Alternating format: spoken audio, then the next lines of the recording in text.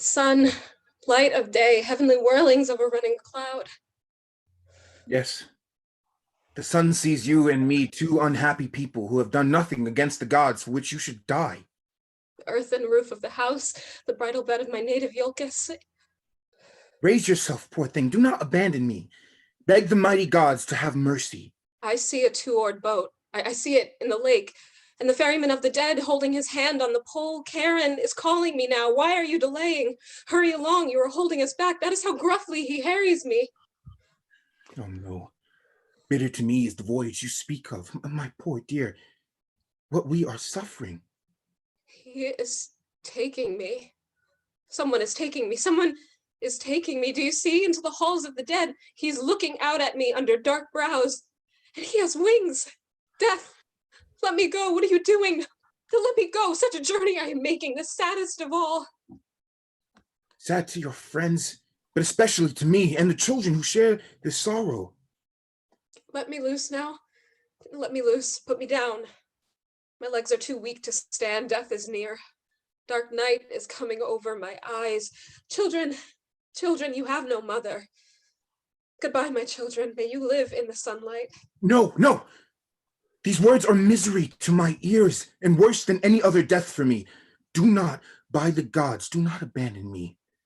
In the name of the children whom you are leaving orphaned, do not. Stand up, be brave. If you die, I can't survive. We depend on you to live or die.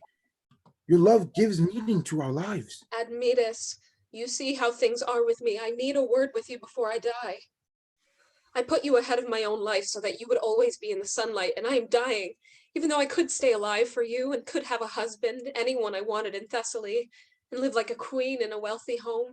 But I did not want to live without you, with my children's orphans, and I did not spare my youth, though I am young and have had a happy life.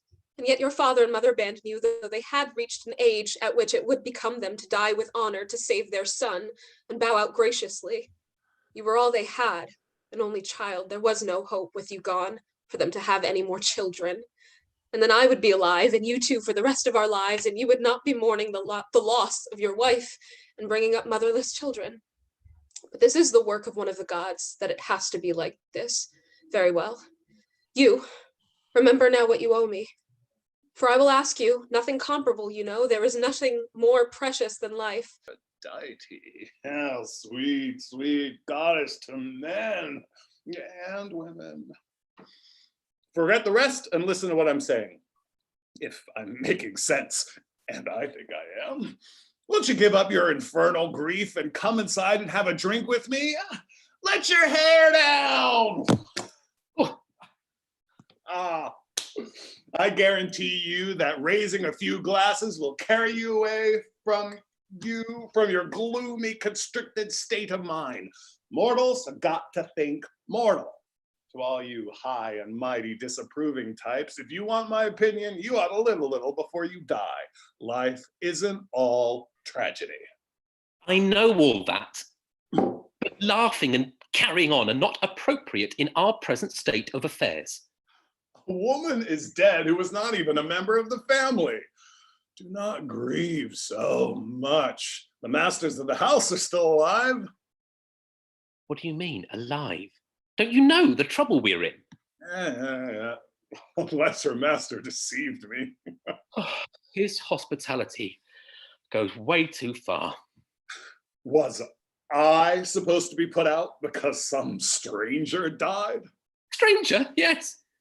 But actually too much a member of the family. Is there some tragedy that he didn't tell me? Go on. Goodbye. Master's troubles are our affair. That does not sound much like other people's problems. Otherwise, I would not have been angry seeing you having a good time. What is it? Have I been treated shabbily by my hosts? You did not come at the right time for the house to take you in. We're in mourning. You see the cut hair, the black robes. Who is it who has died? Ugh. I hope not the children or the old father. Admetus' wife is dead. What are you saying? And he still invited me to stay? He was ashamed to send you away from his house. press. A wife you have lost. We are all lost. She's not the only one. But yes, I noticed his eyes wet with tears, his cut hair, and his face, but he persuaded me, insisting that it was an outsider that he was burying. And in spite of how I felt, I went in through these doors as I was drinking in the house of a hospitable man who had suffered such a blow, and I was carrying on and putting flowers in my hair. And then for you to not tell me when there was such great tragedy in the house? Oh, where is he burying her? I shall go and find her. By the straight path that leads to Larissa, you will see a tomb of polished stone outside the city. A heart and hand that have endured so much. Now, show what a son the daughter of Electrian of Tyrann's Alcmene bore to Zeus. For I must rescue the woman who has just died and set her up again in the house. Alcestis, and do this favor for Admetus. I will go and watch for the black robe of death. And I think I will find him drinking the offerings beside the tomb. And if I jump out and surprise and catch him, I will fasten my arms around him, and there is no one who will release him, struggle as he will, until he gives up the woman to me.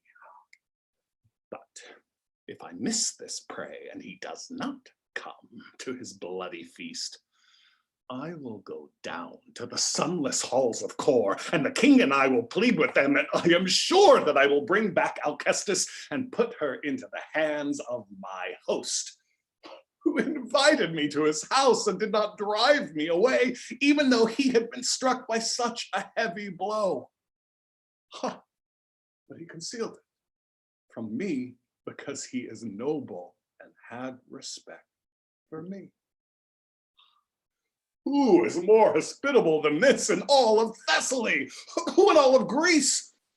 He will never say that his kindness and bravery were wasted on a cowardly man. Have your way.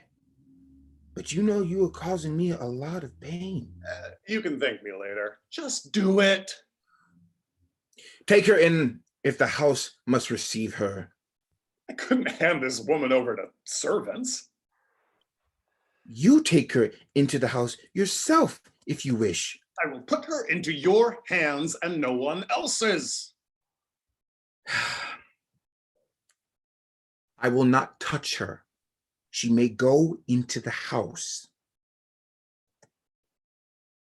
I will release her only into your hand. Sir, you are forcing me to do something I do not want to. Dare to stretch out your hand and touch the stranger.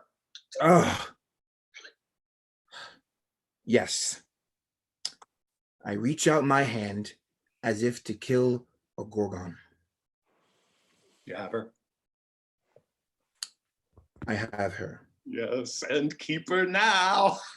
And you will say that Zeus's son is a brave and good guest. Just look at her. This is not my line. See if she resembles your wife. You are happy now. Give up your grief. Gods, what can I say? This is an unexpected miracle. Do I really see my wife? Or does some false joy from God strike to break my heart? Oh, the woman you see here is your wife. Watch out that it is not a phantom of the dead. I was not some kind of ghoul when you took me in as your guest. But do I really see my wife, whom I just buried? You can be sure of that. I'm not surprised that you've had your doubts. May I touch her? May I speak to her as my wife? Alive. Speak to her. You now have all that you want.